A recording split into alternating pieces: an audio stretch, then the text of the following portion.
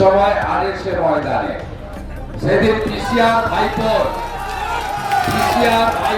যত কুকীর্তি আছে সব হিসাব আমার কাছে আছে। আমি পিসি ভাইপোর কুকীর্তি আর এই রামনগরে তোলামূলের যে চোরগুলো আছে, ডাকাতগুলো আছে, যারা পায়খানা পর্যন্ত খায়, এদের হিসাবটা হবে 19 তারিখে 3টের সময় আরএসএ ময়দানে।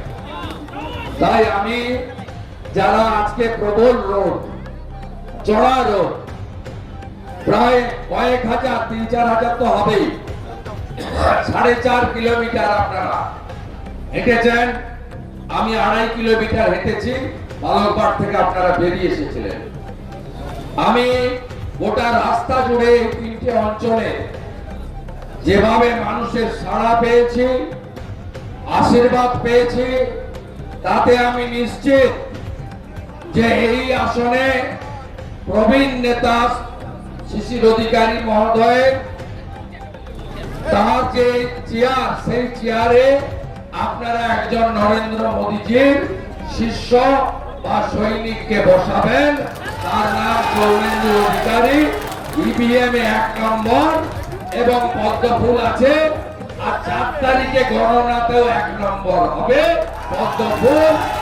পদ্মফুলটা কোনো 2 নম্বর কাঠিতে হবে না। আমি রাজ্য কমিটির সদস্য তপন মাইতি, রাজ্য ফিশারম্যান সেলের কনভেনার প্রাক্তন বিধায়ক মানবর স্বদেশ নায়ক এবং জেলা সভাপতি অরুণ দাস সহ প্রাক্তন বিধায়িকা বনশ্রী মাইতি সহ আমি সবাইকে, আমি আর জেলা মন্ডলের কারণ বললাম না, প্রত্যেকেই অত্যন্ত বরেণ্য, সম্মানীয়। আমি প্রত্যেককে যথাযথ সম্মান জানাচ্ছি এবং 19 তারিখে আমরা আরএসএ ময়দানে বিস্তারিত বক্তব্য রাখবো যে কেন আপনারা নরেন্দ্র মোদীজিকে প্রধানমন্ত্রী করতে কাঁথি আসন থেকে ভারতীয় জনতা পার্টিকে জেতাবেন। আমি শুধু কয়েকটা তথ্য দিয়ে শেষ করব। আপনারা জানেন পৃষ্ঠাতে ভোট হচ্ছে, ইতিমধ্যে 380টা কেন্দ্রে ভোট শেষ হয়ে গেছে 4 দফাতে। গতকাল অমিত শাহজি বঙ্গের মাটিতে বলেছেন যে মোদীজির যে 270 দরকার তিনি ইতিমধ্যে পেয়ে গেছেন। সরকার নরেন্দ্র মোদীর হয়ে গেছে, এবারে বাকি লড়াই 400। এইবার 400-র জন্য আমরা 5ম, 6ষ্ঠ, 7ম দফাতে আর কয়েকটা দিন গরমে পরিশ্রম করব, গণদেবতা জনতা জনার্দনের দুয়ারে যাব, আমাদের সংকল্প পত্র বলবো, বিকশিত ভারতের কথা বলবো। পুরসভা বিধানসভা নয়, দেশের নির্বাচন। দেশ সুরক্ষিত থাকলে আমি, আপনি, আমরা সবাই সুরক্ষিত থাকবো। তাই মোদীজিকে আবার প্রধানমন্ত্রী করব, এই কথা বলবো। ইতিমধ্যে ভোট গণনার আগে বিজেপি 2টো আসন জিতেছে, গুজরাটের সুরাট, মধ্যপ্রদেশের ইন্দোর, আনকনটেস্টেড। এমপি 2জন, এই প্রথম ভারতে 2টো আনকনটেস্টেড এমপি বিজেপি জিতেছে। কেউ প্রতিদ্বন্দ্বিতা করার লোক খুঁজে পাওয়া যায়নি। আমাদের যে মূল প্রতিদ্বন্দ্বী দল, তারা কত আসনে লড়ছে? তৃণমূল মানে চোরামূল মানে তোলামূল মানে পিসি ভাইপোর কোম্পানি, তারা মাত্র 45টাতে লড়ছে। দরকার সরকার গঠনের 272। এই নির্বাচনে তৃণমূলের কোনো ভূমিকা দেশে নেই। তাই ভোট নষ্ট করবেন না। এখানে তৃণমূলের একটাই কাজ, হিন্দু আর মুসলমান ভাগ করা। এই এলাকা বসন্তপুর, হলদিয়া 1-2, বাদিয়া, গোবরা, ওদিকে পদিমা 1-2, ওদিকে তালগাছাড়ি 1-2। এই বিস্তীর্ণ এলাকায় অনেক সংখ্যালঘু, বিশেষ করে বসন্তপুর, বাদিয়াতে বসবাস করেন। তাদের কাছে বিজেপিকে বলা হয় হিন্দুদের পার্টি।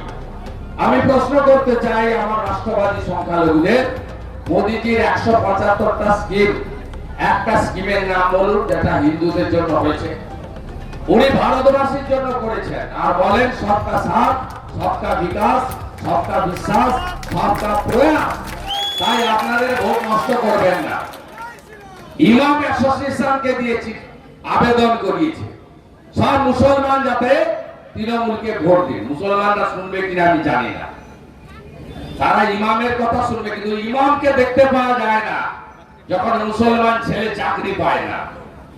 মুসলমান ছেলেকে যখন পরিযায়ী শ্রমিক হিসেবে বিজেপির রাজ্যে যেতে হয়। এই বসন্তপুর অঞ্চলে উত্তরপ্রদেশ, গুজরাট, মধ্যপ্রদেশ, মহারাষ্ট্রে কত ছেলে কাজ করে তার তালিকা আমার কাছে আছে।